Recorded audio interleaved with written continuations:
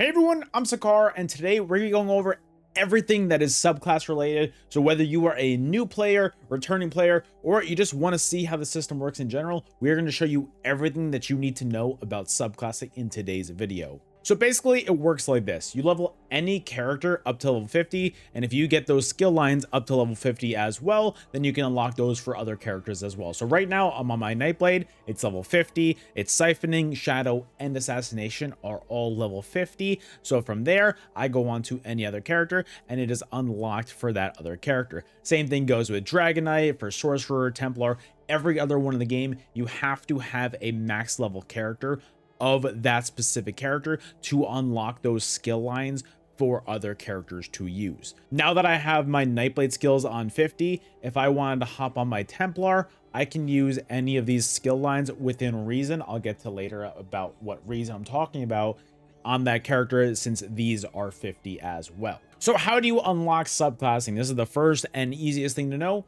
Real quick, all you want to know is go to the Crown Store, and then you want to go over to the Quest Starters tab. And now that it's kind of not right in your face anymore, since there's a few weeks that have passed and it's not going to be the fresh thing, you want to look for the A Study in Discipline quest. Just real quick, get that. It's free to do so. Just confirm that real quick. And then from there, you can go to either one of three places. You can either go to, I believe it's Bankrise for the Daggerfall side. You can go to Reaper's March for the Aldemary side, and then you go to the Rift for the Ebonheart side. It doesn't matter which one you go to. If you're on Ebonheart, you can go to the other ones. If you're on Daggerfall, you can go to the other ones. Same thing with Aldemary, you can go to all the other ones. But I want to show you, because I think that the Rift is kind of superior, and I'll show you exactly why I think that. So if I travel into the Bankrise section, I have to go all the way down here, which is kind of a little bit of a journey. I have to go all the way down these little stairs through the cemetery,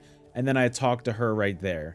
So, it's a little bit of a walk right there, and, I don't really want to do that every time. It's kind of a little bit out of the way. Same thing with the one at the Reaper's March, when you have to go to Dune. You don't even go to Ralka. You have to go to Dune, which is crazy. Like, I guess they're fans of the movie. I don't know. But you have to go here instead, which just feels a little bit out of the way, because not everybody's going to have that one. And then from there, it's going to be under this bridge. And then from there, you have to, like, walk all the way back up here. That's a pain. I don't recommend this one either. What I do recommend, though, is going to the Rift, because I'm going to show you just how simple this is. You go into the Rift, you go through the Way Shrine, and right when you get out of the Way Shrine right here, they're right here, and you talk to her. To me, that's a no-brainer. So if you want to just go and talk to her real quick, and you just want to get the easiest, most optimal quest, that way you can just get it over with and just do it as fast as you can, go to the Rift. Do the Rift every time. So now that you're here, what do you do next?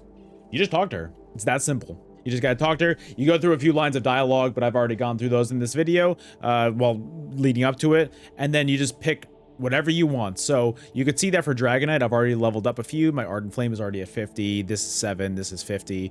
Sorcerer, I've already leveled up a few. But for the sake of this video, let's just do Necromancer, right? Because I haven't leveled up anything Necromancer related. So let's do Gravelord. So what we want to do is we want to equip that, and we can pick which skill line it takes over. So if you want to keep Assassination, because I think Assassination is probably the best one for Nightblade, because that's the character that I'm on right now, I could do a different one. So I replace Shadow, which is all these other abilities, with Gravelord. So now, as you can see, I have Gravelord on here instead. No more Shadow, right? And then also you can add one more maximum. So you can have a maximum of 2 per class as well. So I cannot do another Necromancer one, though. You can only have one of each if you're going that route. But that being said, if you are on a Nightblade, you can still have 2 Nightblades, if that makes sense. If you're on a Nightblade, you can have 2 Nightblades, but you can't have 2 of, like, Dragon Knight, you can't have 2 of Templar, you can't have 2 of Arcanist, anything else. The only time you can have 2 is if you're on that base class. So let's pick another one. Let's pick Arcanist real quick, because why not? Let's do, I don't know, let's do Herald of the Tome, because why not? And then from there, you hit equip, and let's keep siphoning on there, right? And so we do that, and then we just confirm. And now we can see we back out of here and go to our skills, and we can see that they are leveled up, that they're right there. That being said, A few disclaimers as well. You do need to level these skills up again, but the bright side, it is a grind. It's not fun. You have to do all these things over again. It's not fun. I'm going to give you guys a few tips on how to do this real quick. But that being said, you only need to do it once per account. You do not need to do it once per character. So as you saw, those other ones were already leveled up, like a few of those Dragonite skill lines, a few of those Sorcerer skill lines are already leveled up for me. It's because I've already leveled those skills up on other characters. So you don't need to do that again, which saves you so much time. If this was the kind of thing where I needed to do this on every single character, I wouldn't do it. I just straight up wouldn't do it. It's not worth the grind. It's not worth that time. It's not worth that effort. But since it's only once per account, makes it a little bit easier, a little bit more simple, and it makes it seem like the grind has an end goal in sight. Another disclaimer as well is that for these other subclasses, it costs 2 skill points each to unlock anything. So for Flame Skull, it's going to cost 2 skill points. To do any passives, it's going to take 2 skill points as well. So it is the kind of thing where it does get expensive over time. So you don't want to do this on just your brand new fresh characters. You're going to be not having those skill points ready to go. Make sure you have enough, because if you just don't, you're not going to have those passives, and you need those passives because there are some really good combos as far as passives go between different classes and subclasses.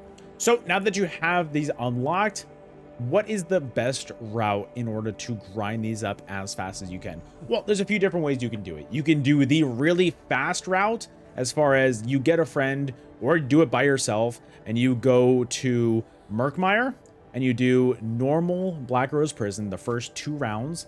You go in, you just die on the second round, and the end of the second round, and then you just keep on resetting over and over again. The amount of XP that you can get from that is ridiculous.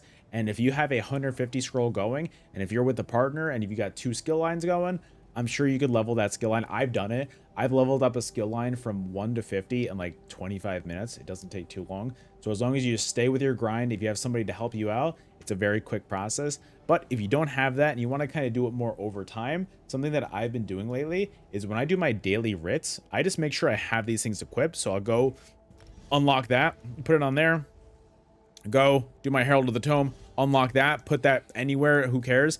As long as you have those on, the more skills that you have on your character, the faster that skill line will level up as well. So try and just keep on leveling these things up. And when I go and do my daily writs and I go and turn them in, that is a easy way to be able to just level these things up passively over time. Because I've started doing that recently, and I think that I did that for one of the Templar skill lines, and it was so much faster because I think I got that thing to like 20 something after just doing that on a few different characters. And I'm just doing that passively over time. It's not really a skill line that I care about, but it's something that can be done over time. And look, if anything from that skill line gets buffed, or if one day I'm like, hey, I want to use this, you have it free and ready to go. And then you don't have to take all that time to grind through Black Rose Prison or even Skyreach. Skyreach isn't a bad place to grind. I know that's kind of like the OG place to grind, but it's not really the best in slot 1 anymore. So I wouldn't really recommend that too much. I just don't think it's worth it. I'm showing you guys exactly how much you can get from just doing these writs. You know, it's not the most in the world. Like, I'm not telling you that this is the absolute best route. This is just a little secret that I've picked up because, you know, I feel like it is good to do these things over time. And something that I'm going to do real quick before turning these in as well is I am going to give myself, if I have one, I've got a 50% scroll and I've got a 100% scroll. I'm just going to put on a 100% scroll, right? So I turn that in once. I only turn the first one in, and then you can see that both of these are up to level 4 right now. So I add another one to the list. Boom. I've got 2 of these Gravelord abilities. Then I'm going to add this to the list as well. And now I've got 2 Gravelord abilities and 2 Herald of the Tome abilities. I'm not going to be able to level up anything else past that. So I just turned in 4 writs overall. And you guys want to see something? You guys want to see something pretty cool? Just by doing that real quick, live on stream, you saw me. You saw me. We just went from level 0 or level 1 to 8 just by turning in those quests. So if you do that on a few different characters, you can get it leveled up in no time.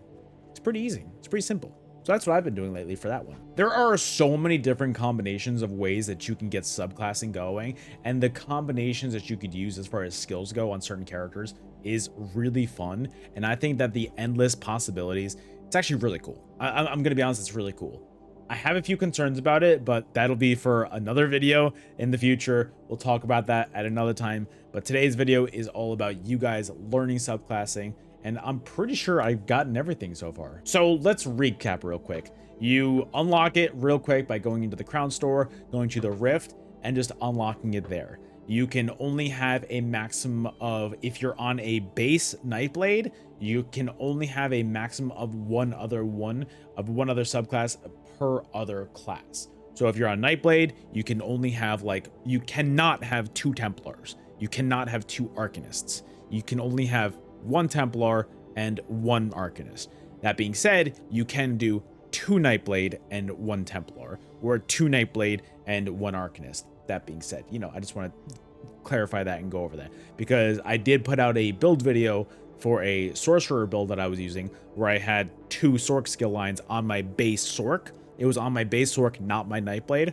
On my base Sorc, I had 2 sorcerer skills and 1 Nightblade skill line. So that's how you go. That's how you do it. You can't have too many of one of each thing. It kind of loses a little bit of identity that way. And you want to make sure that you're kind of still focusing on what your base class is, and then beefing it up and amplifying it because of that. So I hope that you guys enjoyed. If you did, please do me a giant favor. Hit that like button for me. Comment if you're excited for subclassing, or if I missed anything. I don't think I missed anything, but if I did, I truly apologize. I don't think I did though. So let me know if I missed anything. And as always, I appreciate you guys being here. Thank you so much for being here. If you guys could also subscribe to the channel, I'd appreciate that as well. And also, I live stream 5 days a week, mostly ESO content, and we're doing some other stuff as well. We're doing some Resident Evil 7, Marvel Rivals, some other fun games as well. So, but mostly we're doing ESO right now. So if you have any questions about this kind of stuff, please pop in. I'd love to have you guys there. So guys, thank you guys so much for watching, and I will see you guys on the next video. Later.